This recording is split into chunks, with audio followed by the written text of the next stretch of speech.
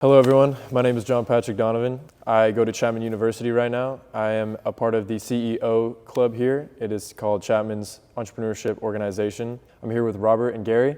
They created Hommtown. It is a social media real estate application. They've also written a book about it to help young entrepreneurs start out. Welcome guys, thank you for coming. Thank you for having us here. Absolutely. Thank you. Absolutely. Just to start out, I'd like to know where did you guys even start with this? What was the problem that you guys faced and such things, yeah. I'll let Robert go first. Sure. I mean, we created an app and a book, and I want to start from the beginning. The beginning of this was actually observing Gary. And I think with solving, before building anything, you're trying to solve something. So what I did as an industrial designer was following Gary. He once approached me and said, "Hey, what do you do?"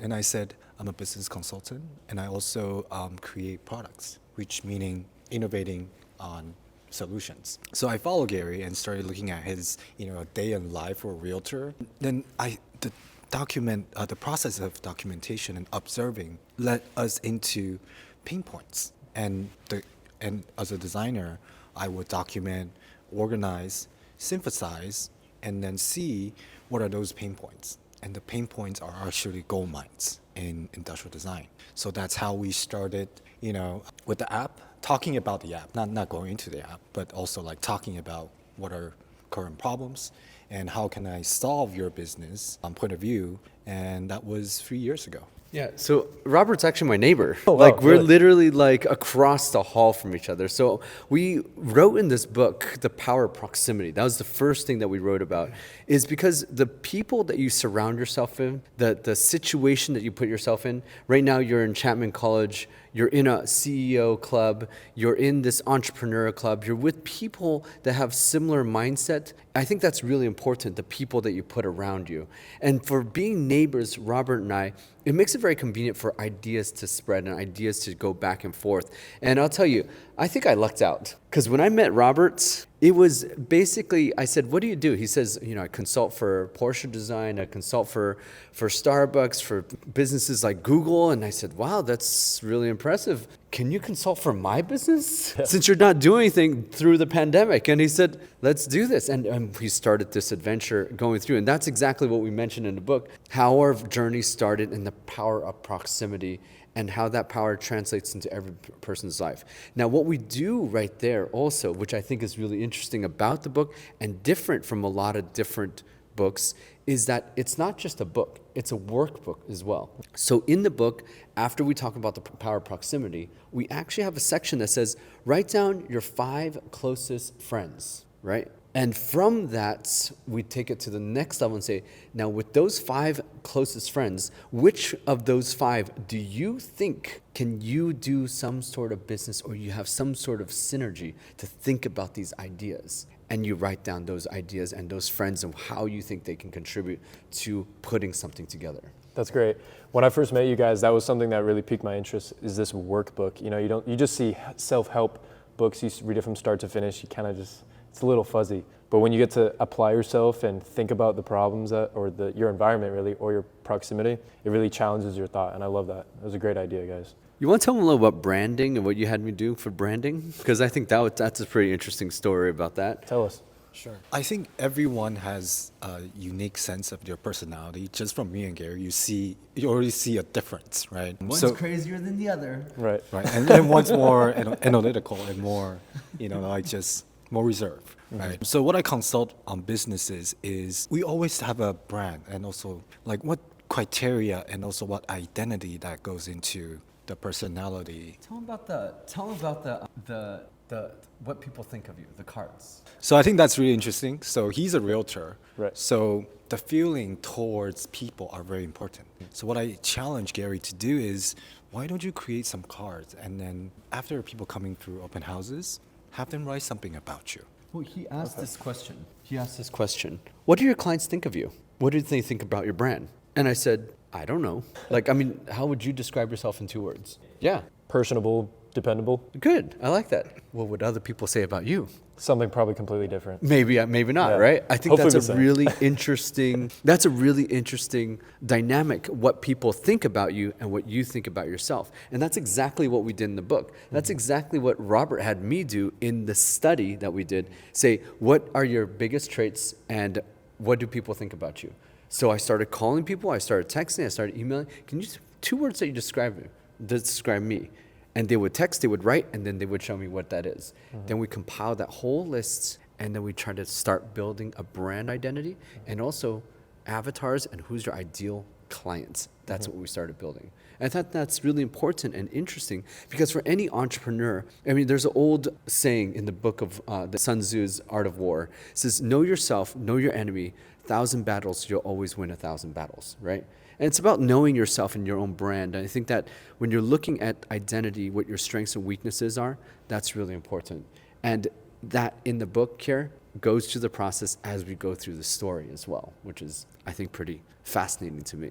Absolutely. That's funny that you bring up Sun Tzu. I was just reading a little bit about him in a book. It's over there on the desk. I'll show you later. But that's great. I love that idea of personal branding, knowing yourself, especially what other people will say about you when you're not in the room. Tell me a little bit about how that applies to the book. What's the question? Knowing yourself with personal branding and identifying that. How does that book bring that out of you? So I think the questions that we ask in the book, there's 2 parts, I think, when you're looking at understanding yourself. You can just have an introspect of saying, who am I, right? Or you could start being inspired by somebody else and hearing their story and letting their story reflect off of your own persona and then letting that reflect back. So how the book does that is it does tell our story. And with the story, as you're reading, it poses these questions in your mind to think, they went through this journey, they went through this thought process, and they discovered this about themselves and about the brand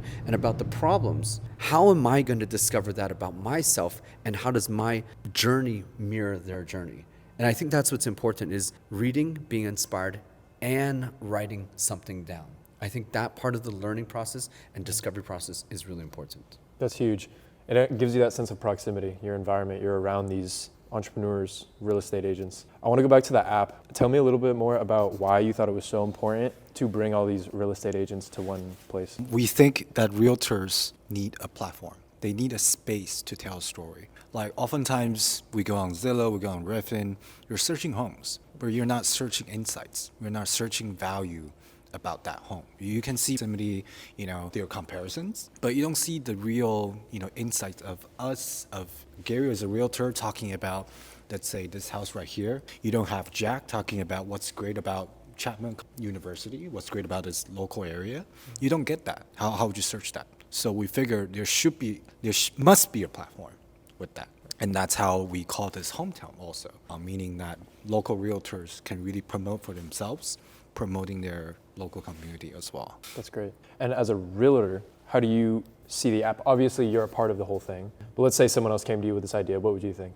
So if someone came to me and told me, there's this app that doesn't show just only the pictures of the house, bed, bath, and square footage, but it actually shows your own videos of you, I think that's pretty powerful because there's a separation in this whole structure where the buyers are looking on Zillow, Redfin, Trulia, all these websites that have information about the home. And at the same time, the realtor on the opposite side is trying to market homes and themselves on a site like Instagram that's not built for that. Instagram is built for entertainment, not for education, not for specific things. So if I'm going to see this realtor talk about this house and how to buy a home and things like that, it's boring as hell. I can't tell you how many times I've been on Instagram and I say the word real estate a few times and it's starting to show me these scam bait, just a ton of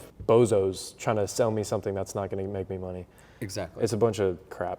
And that's where that dichotomy is, right? If you had the agents talk about houses where buyers are actually looking and buyers value that information, I think put those videos on there. And I think that would be very valuable to the buyers because buyers, what they're looking at, all they see is pictures of the house and a description. That's the only thing they see. Maybe some crime rates and things like that. But what is it like to live in Orange? And which part of Orange? It's a very big city. You have the hills, you have the Chapman University area, you have Old Town, you have some other parts that are a little scarier. Orange is a very big city. If I said, just buy a house in Orange, what does that mean? Right? And we're at Chapman University. Being close to Chapman University, great investment. The houses have gone up like crazy because of the university, actually. And the university has actually bought a lot of houses around here to house their student classes and things like that, and resident hall as well, right? It's very true, yeah. How do you know that when you look at a house on Zillow? Unless one agent writes something about it. What if we had the ability to have multiple agents, dozens, hundreds of agents talk about the city of Orange, what it's like, why it's a great investment, but not only that, talk about the community. So we're not just talking about houses here, we're talking about your hometown, this place you call home.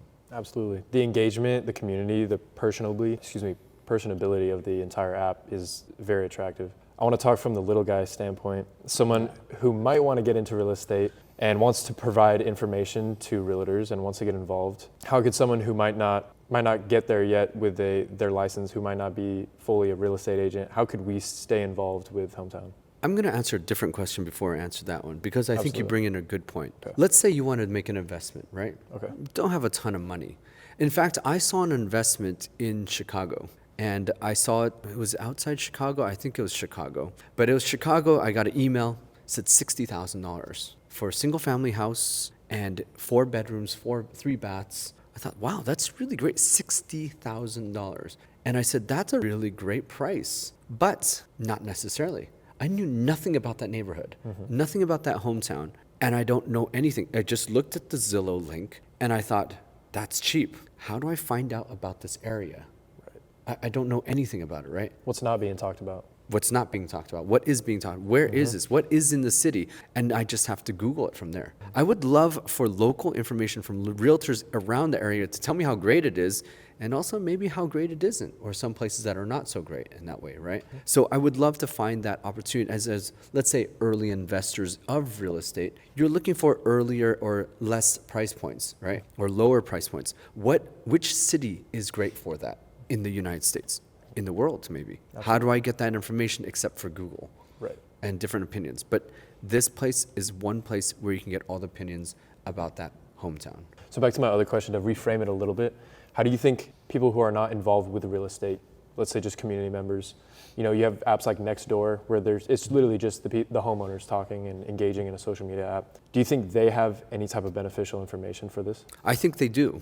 What we're trying to do, though, is we're trying to make the agent front and center of their communities. And that's what's really important, is we're trying to have the agent front and center. However, having the agent front and center, what we're doing is that we're having the agents go out and reach out to community members. So maybe I would say, in an interview just like this at a Chapman University, talking with the fellow Chapman students to say, why is it that you like Chapman University so much, and what value do you think it has to bring to you, and why do you think it's growing university?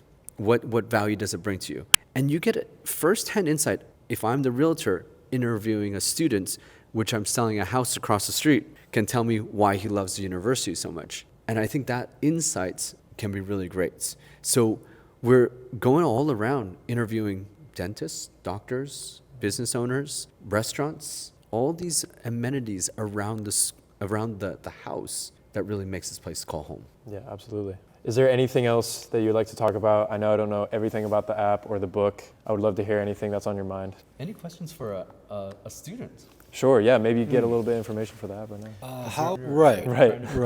Right. I was trying to be in the working. Everyone's Yes. Right. I think how would Chapman, in your program, how would your entrepreneurship program teach you the startup world? How do you even start working on an idea? What is the process of how they taught you, at your program? Absolutely. Well, I think the first thing that comes to mind, and the whole reason why this club even started, was because a bunch of guys at this school and women have these ideas, and they're great ideas, but the problem is there's no research to back them. And they needed a little bit of direction to actually go ahead and start the business. I'm sure we could all look up how to start a LLC or a S Corp, blah, blah, blah. But where's the research to back it? There's also mentorship.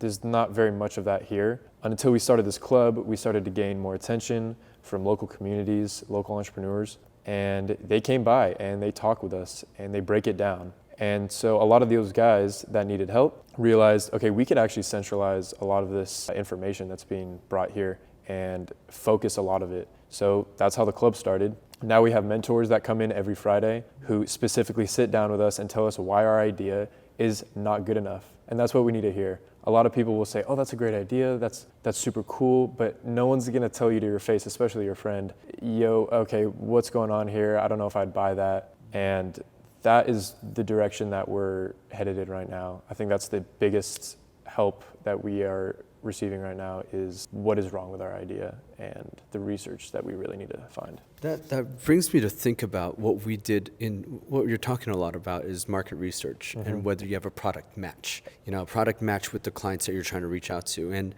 Robert and I spent 3 years building this app and it product matched to me as a realtor. That's Gary Watts, only me, right? So we said, how do we test this with other realtors and how do we bring value? And we talk about this in a book and we said, I think a good way is to get a group of realtors that would try this out and see what they think about it. So how do you get a group of realtors? What we did was we started a social media mastermind class. We said, hey, realtors, do you want to join together and start the social media?